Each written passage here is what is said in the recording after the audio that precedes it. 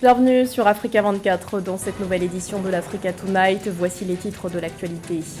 La réélection du président Azali Assoumani confirmée aux Comores. Sa victoire a été entérinée par la Cour suprême ce mercredi. La juridiction a déclaré recevables les demandes en annulation de l'élection présidentielle. Mobilisation de l'opposition en Tanzanie. Chadema, principal parti de l'opposition, a appelé ses partisans à investir les rues de Dar es Salaam ce 24 janvier. Leur cri de colère, des projets de réformes électorales.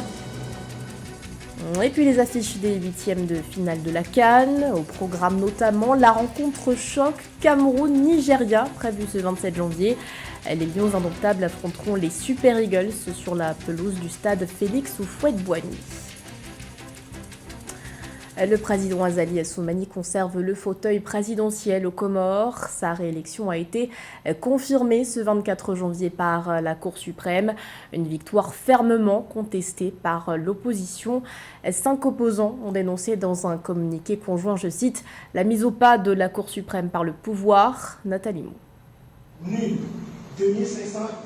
Le 24 janvier 2024, la Cour suprême a validé les résultats du scrutin donnant le président Azali Assoumani pour vainqueur de la présidentielle avec 57,2% des voix. Par ailleurs, le taux de participation au scrutin a été revu à la hausse, passant de près de 17% au lendemain du vote à 56% selon l'instance juridictionnelle comorienne. Ce résultat diffère de celui de la commission électorale qui accordait au chef de l'État comorien 62,97% des suffrages valablement exprimés. Au sein de la mouvance présidentielle, l'heure est à la célébration du verdict des urnes. Il est réélu à 57%. Et ces gouverneurs, celui d'Anjouan, de Moélie et de Ngazidia, sont aussi élus au premier tour. Il est à la tête de 55 pays. Il a brillé tout au long de son mandat, donc son aura international et l'élan qu'il a pris au niveau diplomatique, c'était un atout.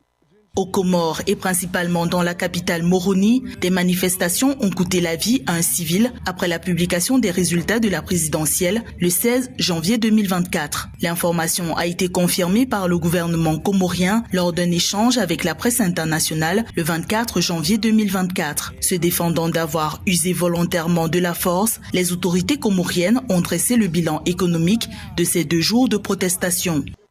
Des sociétés brûlées, il y a eu des magasins totalement brûlés aussi. Il y a eu vraiment un ralentissement de l'économie, de l'activité économique pendant ces deux jours-là. Il y a une société, du riz, qui a été complètement dévastée. Un an de stock est parti, 4 camions brûlés, l'entrepôt franchement en fumée, qui est évalué à peu près 1 milliard de francs comoriens. Il y a eu la société, par exemple, Comore Télécom, 4 pylônes vraiment tout détruits et qui est évalué à 340 millions. Après la promulgation des résultats définitifs des élections générales aux Comores, l'opposition continue de contester la victoire du président Assoumani. Une position renforcée par la disparité entre les chiffres de la Cour suprême et ceux de la Commission électorale nationale indépendante de l'Union des Comores.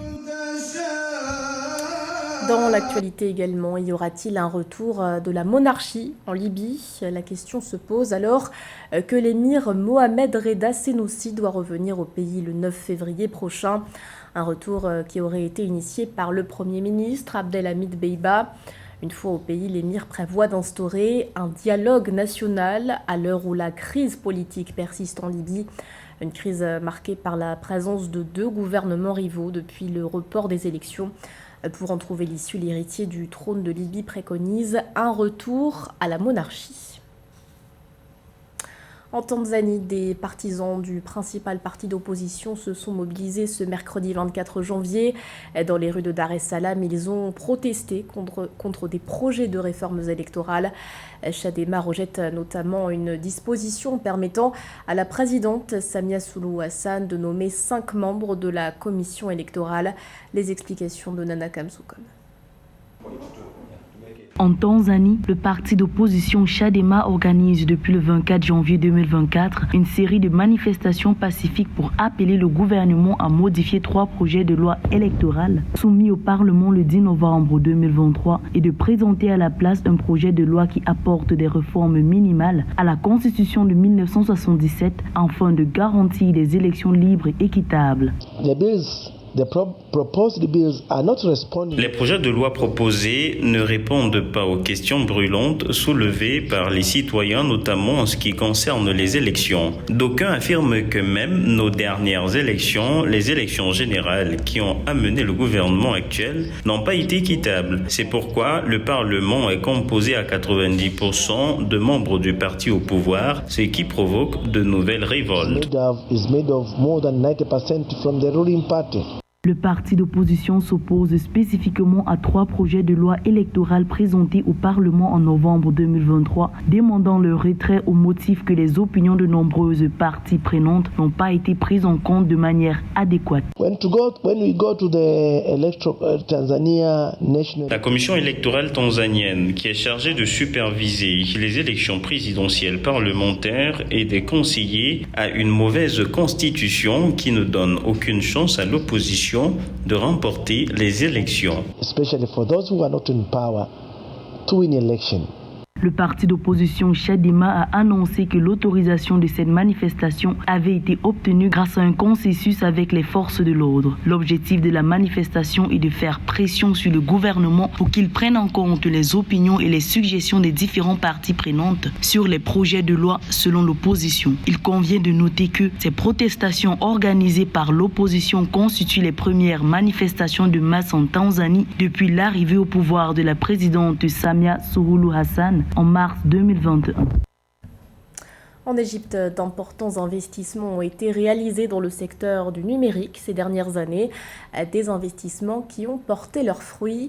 En 2023, les exportations des services numériques ont rapporté au pays 6,2 milliards de dollars, des chiffres en hausse par rapport à ceux enregistrés en 2022. Philoméntine.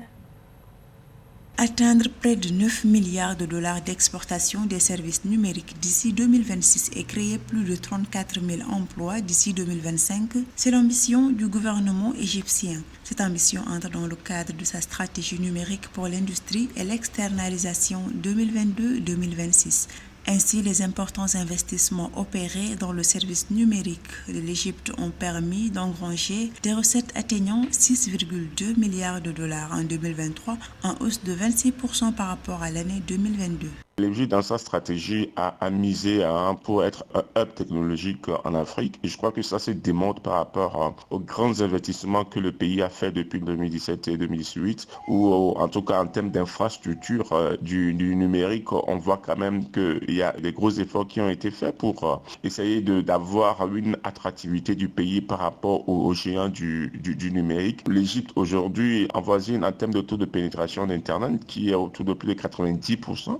Au début avec la 5G et tout cela. À en croire le ministère égyptien des télécommunications et des technologies de l'information, les exportations numériques égyptiennes comprennent les services d'externalisation des processus d'entreprise tels que les services de ressources humaines et les services de centre d'appel, les services de développement de logiciels et de support technique, la conception de systèmes embarqués électroniques et la conception de circuits électroniques. Donc c'est un pays qui a orienté ses actions vers le numérique et cela n'étonne pas que ce pays est devenu exportateur des services numériques aujourd'hui. Et donc l'Égypte a voulu être une Silicon Valley en Afrique en matière de technologie. Donc les investissements qui ont été faits en termes d'infrastructure, en termes de disponibilité des services, qui ont attiré un grand nombre d'opérateurs sur son territoire. Ces résultats positifs enregistrés dans l'exportation des services numériques en Égypte sont attribuables aux récents investissements étrangers concernant des accords avec 74 entreprises internationales et locales pour le recrutement de 60 000 experts en externalisation. S'ensuit les programmes gouvernementaux visant à augmenter à 550 000 le nombre de travailleurs indépendants dans l'industrie de l'externalisation en Égypte. On l'appelle le thé rouge venu d'Afrique. Le rooibos était en réalité une infusion issue d'un petit arbuste cultivé dans le massif du Cederberg en Afrique du Sud. Un produit de terroir qui séduit de nombreux pays, dont la Chine. La Chine qui a d'ailleurs réduit les droits de douane appliqués à ce nectar sud-africain. Sarah Yemeli. L'Afrique du Sud a remporté une victoire dans sa quête pour stimuler les exportations agricoles vers les groupes de nations BRICS. La Chine a réduit de 80% les droits d'importation sur le thé rooibos, très prisé des Sud-Africains, à compter du 1er janvier 2024. Le pays africain espère que cela ouvrira la voie à une augmentation substantielle des volumes de thé à base de plantes vers la Chine. Selon le ministère du Commerce, de l'industrie et de la concurrence, les droits de douane sur cette tisane unique à l'Afrique du Sud ont été ramenés de 15 à 30% à 6% à compter du 23 janvier 2024. Le rooibos est un produit de haute qualité. Il est également perçu comme étant beaucoup plus sain et nous pensons que nous verrons probablement le volume de l'Afrique du Sud vers la Chine augmenter. Cela stimulera la production en Afrique du Sud et augmentera par rapport aux 20 000 tonnes produites en 2023. Le rooibos est cultivé sur des terres situées entre 200 et 300 km au nord du Cap. Selon le Conseil sud-africain de rooibos, l'industrie produit environ 20 000 tonnes par an et emploie 5 000 personnes. Cela nous aidera à maintenir notre activité. Nous conserverons des emplois en Afrique du Sud, ce qui est très important surtout dans la situation économique actuelle. En 2014, l'Union européenne a accordé au thé rooibos le statut d'indication géographique, ce qui a permis aux fabricants de la région de Cederberg en Afrique du Sud de s'approprier pleinement le nom. Les tendances récentes du rapport sur le marché mondial du thé rooibos montrent une trajectoire de croissance cohérente et robuste, projetant des développements positifs qui devraient persister jusqu'en 2031. L'actualité sportive à présent avec les huitièmes de finale de la CAN qui s'ouvrent ce 27 janvier. Le programme est alléchant. Dès ce samedi, les amateurs de football pourront suivre la rencontre Cameroun-Nigeria. Autre match qui sera scruté de près, le face-à-face Sénégal-Côte d'Ivoire prévu le 29 janvier. Le point sur les équipes qualifiées avec Joseph Moifou. Au thème des matchs de poule à l'occasion de la 34e édition de la Coupe d'Afrique des Nations de football Côte d'Ivoire 2023, les qualifiés des huitièmes de finale sont connus. Dans la poule A, la Guinée équatoriale avec ses 7 points, soit 2 victoires et un match nul, occupe la première place du groupe, suivi du Nigeria avec 7 points également.